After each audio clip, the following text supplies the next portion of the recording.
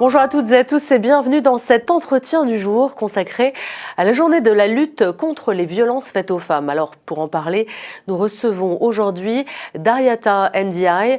Elle est la fondatrice d'une application pour aider les femmes victimes de violences domestiques. Appel. Elle est le coup de cœur du jury, les Margaret 2019.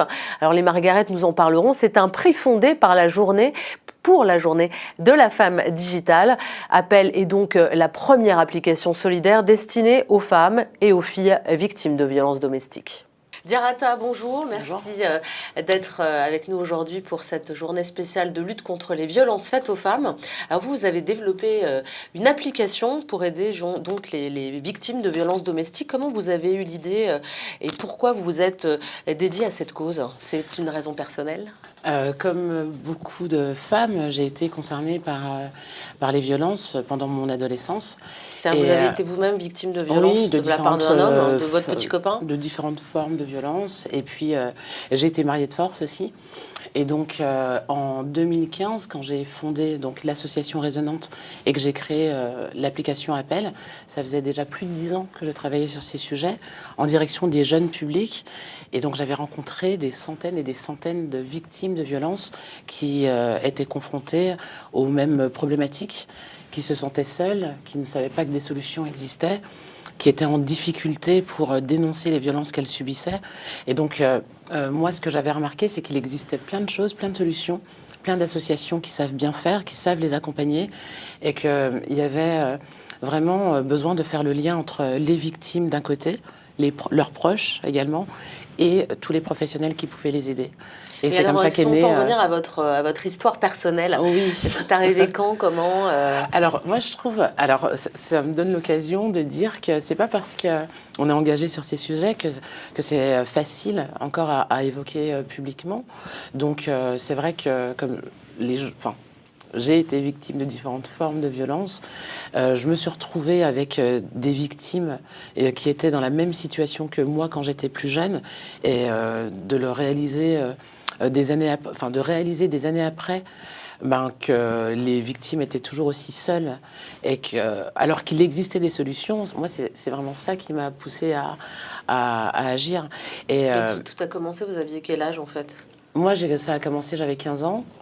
Et en fait, les violences, c'est souvent un continuum. C'est-à-dire que malheureusement, quand on a commencé à subir des violences, il y a de grands risques qu'on reste dans ce schéma de victimisation. Alors, c'est pas un schéma de victimisation, c'est qu'on se retrouve dans des situations de violence parce que c'est un peu le parcours. On ne se rend pas forcément compte qu'on est victime de violence, surtout qu'au niveau de la prévention et de l'éducation, on a très rarement des personnes qui viennent nous expliquer ce que sont les violences, ce qui est interdit, ce qu'on a le droit de faire, ce qu'on n'a pas le droit de faire. Donc, parfois, on est dans des situations de violence et on ne le sait pas. On sent bien que ça nous dérange, mais on ne sait pas... Où est la limite de ce qu'on doit accepter ou pas? C'est ça, et puis surtout, quand on subit des violences, la plupart des auteurs de violences disent que c'est normal et que tout le monde fait ça.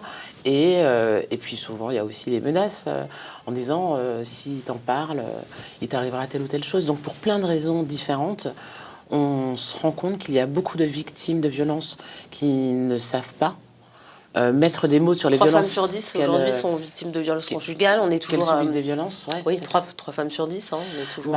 On est déjà sur une femme sur 10 victime de violences au sein de son couple. Donc ça fait quand même pas mal de monde.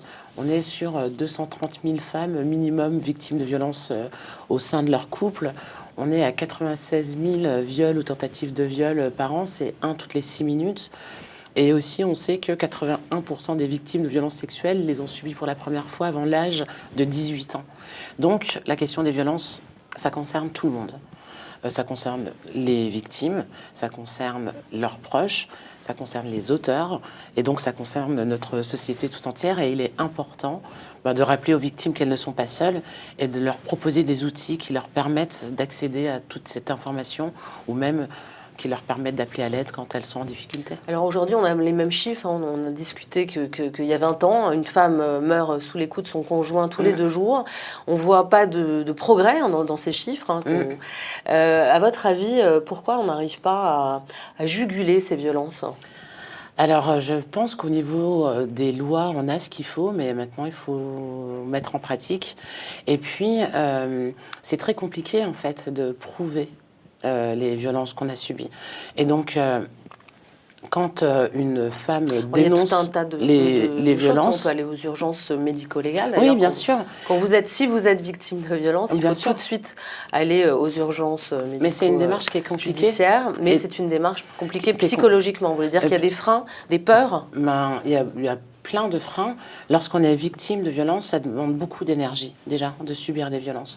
Et donc, c'est pour ça que je profite de ce plateau pour rappeler que c'est aussi la responsabilité de toutes les personnes qui ne sont pas victimes de violences, qui sont en capacité de poser la question, de tendre la perche et puis d'apporter son soutien aux victimes de violences et de les accompagner dans leurs différentes démarches parce qu'elles ont besoin d'être accompagnées. Alors, votre application, comment ça fonctionne? Déjà, on télécharge donc sur son mobile C'est ça. votre application qui s'appelle Appel, APP-ELLES. C'est ça. Et une fois qu'on a téléchargé, donc on s'inscrit avec son mail et un mot de passe. Et comment ça fonctionne? Alors, quand on a téléchargé l'application gratuitement, bien sûr, hein, tout est gratuit, je tiens à le rappeler, on définit jusqu'à 3 personnes de confiance. Et lorsqu'on est en difficulté, que ça soit en prévention ou dans une situation de danger, on peut enclencher une alerte d'appel à l'aide. Lorsque cette alerte est enclenchée, nos 3 personnes de confiance entendent en direct ce qui se passe, ont le suivi GPS en temps réel, et donc elles ont assez d'informations pour comprendre dans quelle situation se trouve la victime et organiser les secours en cas de besoin. Il est important il est important donc que ces personnes de confiance prennent au sérieux ces alertes, et de toute façon, généralement, c'est ce qu'elles font. Et donc, l'idée, c'est d'organiser les secours. Et cette alerte, une fois qu'elle est enclenchée, elle est automatiquement enregistrée. Et donc, ça va permettre 2 choses. Ça va permettre de réécouter l'alerte s'il y a quelque chose qu'on a mal entendu et qu'on a besoin de réécouter. Mais ça permet surtout à la victime d'avoir la trace de ce qui s'est passé. Ces audios sont automatiquement enregistrés, et donc elle va pouvoir s'en servir pour aller déposer plainte ou simplement avoir le courage de dénoncer les violences qu'elles subissent, parce qu'on sait que beaucoup de victimes ont peur de ne pas être crues, et donc ça peut être un élément qui donne du courage. Et alors, il y a quelques années maintenant qu'elle existe, vous avez pu justement analyser les résultats, si ça fonctionne, si les victimes se servent finalement de cette appli? Donc on est à 80 000, plus de 80 000 utilisatrices et utilisateurs. On est présent dans 13 pays. Donc, parce qu'il y a cette fonctionnalité d'alerte, mais il y a aussi tout le recensement des structures existantes et des solutions existantes sur les différents territoires. Donc on peut entrer en contact avec les associations des victimes, savoir ce qu'elles proposent comme solution. On a des fiches conseils, on a également accès à des chats, on peut également appeler les secours. Enfin, elle est assez complète. L'idée, c'est de centraliser tout ce qui peut être utile aux femmes victimes de violences et de le rendre accessible gratuitement. Et donc, oui, on a des résultats. On a déjà 80 000 utilisatrices. Donc, et on est à peu près à 3000 alertes par mois. Et donc, c'est énorme. C'est-à-dire que ces personnes qui étaient seules avant peuvent compter sur leurs personnes de confiance. Et donc, elles ne sont plus seules maintenant quand elles sont en difficulté. Oui, parce que pour certaines, c'est difficile parfois de même pouvoir appeler police-secours. Tout à fait. Pour plein de raisons. Alors, des fois, on ne peut pas prendre son téléphone, appeler, attendre que la police décroche et expliquer réellement dans quelle situation on se trouve. Et donc, d'avoir cette possibilité d'enclencher une alerte et de laisser son micro ouvert, finalement, et de laisser d'autres personnes organiser les secours, c'est quand même plus pratique, et de façon très naturelle, c'est ce qu'on fait. On appelle très rarement la police ou les pompiers pour nous-mêmes. On le fait généralement quand on est témoin d'une situation. Et là, l'idée, c'est aussi de donner un rôle très concret aux proches qui sont généralement démunis. Alors vous disiez tout à l'heure que vous aviez réfléchi à beaucoup de solutions pour la lutte contre les violences domestiques. Parmi elles, donc, Appel, le digital, ce serait pour vous la voie royale pour lutter contre les violences conjugales? En 2015, donc, on a été la première application pensée pour les femmes victimes de violences. Et pour moi, c'était évident de passer par le numérique. Tout le monde a un téléphone. Quasiment tout le monde est sur Internet. Tout le monde a un ordinateur. Et puis surtout, les pratiques ont changé. C'est-à-dire que quand on a besoin de se renseigner, quand on a besoin d'une info, on prend son téléphone et on va la chercher depuis son téléphone. Et puis, il y a, comme je le disais, il y a beaucoup d'informations en fait sur la question des violences et on ne peut pas demander aux personnes d'apprendre tout par cœur, de connaître les noms des associations, de connaître leur numéro de téléphone. Et tout ça, de le mettre directement dans le téléphone des personnes qui en ont besoin, c'est quand même plus pratique. Et donc, je pense que le numérique peut être au service de la lutte contre les violences. Et l'idée, c'est aussi de ne pas laisser le numérique être un outil d'oppression supplémentaire, parce qu'on sait que les auteurs de violences utilisent le numérique pour contrôler leurs victimes, pour les harceler, les cyberharceler. Et donc l'idée, c'est aussi de ne pas laisser cette place-là et de se servir de toutes ces nouvelles technologies pour faire avancer la cause. Est-ce qu'aujourd'hui, vous êtes rapproché peut-être de l'État, des États? Oui, vous êtes bien sûr. dans 13 pays, qui sont donc la France. Et dans quel pays en Afrique? Donc alors en Afrique, on est au Sénégal, notamment grâce à la Journée de la femme digitale.